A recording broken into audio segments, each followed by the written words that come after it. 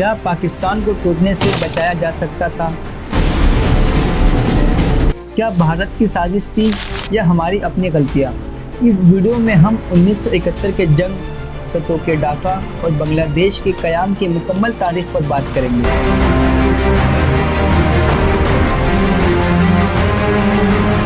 السلام علیکم ورحمۃ اللہ وبرکاتہ۔ آج ہم پاکستان اور بنگلہ دیش کے تفصیلی تاریخ پر بات کریں گے۔ یہ ایک ایسا سفر ہے جو 1947 میں برصغیر کی تقسیم سے شروع ہوتا ہے، 1971 میں ایک نئی ملک کے قیام پر پہنچتا ہے اور آج تک جاری ہے۔ یہ کہانی سیاسی، معاشی عدم توازن، فوجی اقتدامات، عوامی بغاوت اور ایک خونی جنگ پر مشتمل ہے۔ تو آئیے اس تاریخی سفر کا آغاز کرتے ہیں۔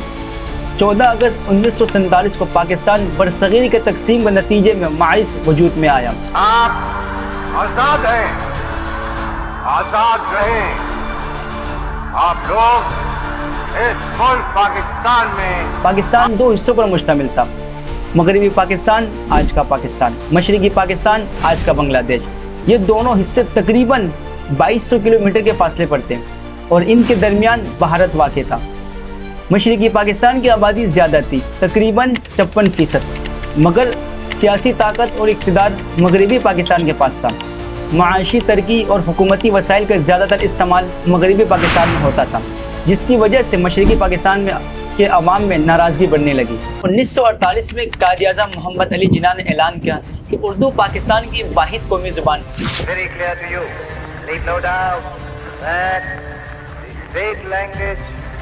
Pakistan is going to be Urdu and no other language.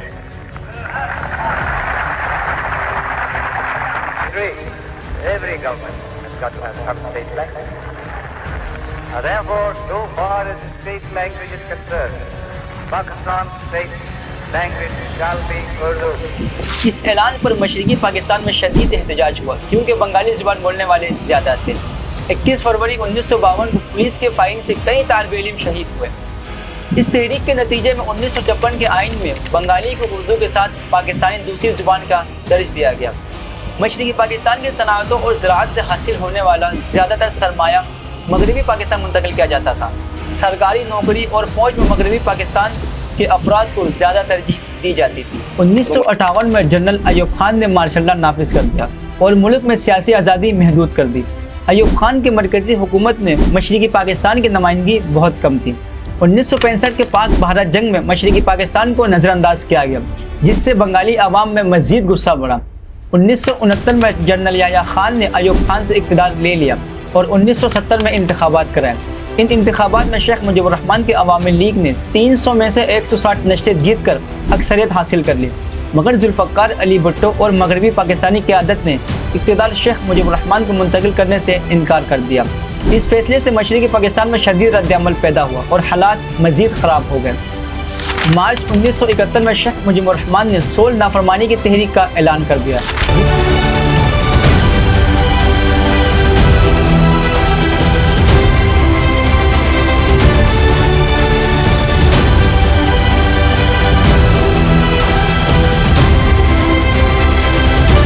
جس کے نتیجے میں ملک میں بے چینی پھیل گئی۔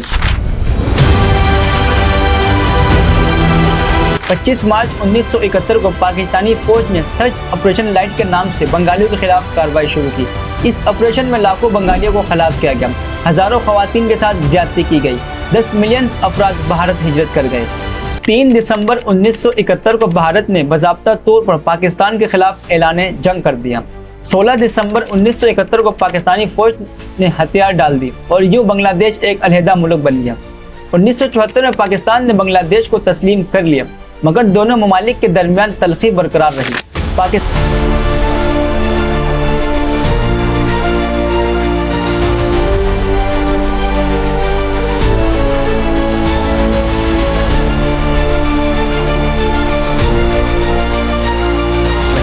پاکستان میں کئی لوگوں نے 1971 کے علیحدگی کو ایک سانحہ قرار دیا اور اس جنگ کے اسباب پر آج تک بحث جاری ہے۔ بنگلہ دیش نے معیشت پر زیادہ توجہ دی، خاص طور پر ٹیکسٹائل انڈسٹری، برآمدات اور خواتین کے کردار کو مضبوط کیا۔ آج بنگلہ دیش کے کئی معاشی اشاریوں میں پاکستان سے آگے نکل چکا ہے۔ آج دونوں ممالک کے تعلقات وقتاً وقفہ بہتر اور کشیدہ ہوتی رہی۔ پاکستان نے کئی بار بنگلہ دیش سے 1971 کے واقعات پر معافی مانگنے کی کوشش کی، مگر تعلقات مکمل طور پر بحال نہ ہو سکی۔ اگر مغربی پاکستان مشرقی پاکستان کے ساتھ برابر کا سلوک کرتا تو شاید یہ علیحدگی نہ ہوتی۔ 1970 کے انتخابات میں عوامی لیگ کو میڈٹ ملا، لیکن اقتدار نہ دینے کی غلطی نے علیحدگی کی بنیاد رکھی۔ اگر عوامی لیگ کو حکومت بنا دی جاتی تو شاید پاکستان متحد رہتا۔ اگر آپ اس طرح کے انفارمیشن ویڈیو دیکھنا چاہتے ہیں تو ہمارے چینل کو سبسکرائب کریں۔ ملتے ہیں نیکسٹ ویڈیو میں، تب تک کے لیے اللہ حافظ۔